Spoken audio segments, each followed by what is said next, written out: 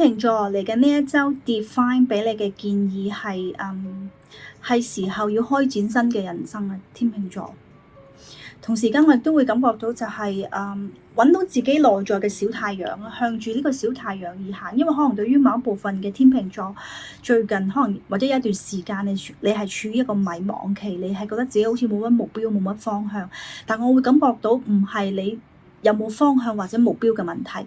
而係當你去面對一啲困難或者障礙嘅時候，你選擇留喺自己嘅舒適圈入邊，而唔敢為自己嘅目標或者方向去行出呢一步。但係 Divine 係希望天秤座嘅你明白到就係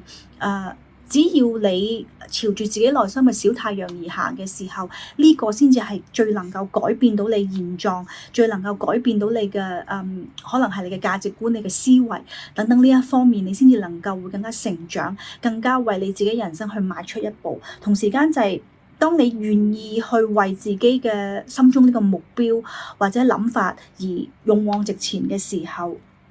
就算你遇到乜嘢困難或者障礙都好，其實你就係因為你內心嗰種熱情、嗰種勇氣，係會令你更加知道點樣去面對任何嘅困難或者障礙。因為可能對於某一部分嘅天秤座呢一刻嘅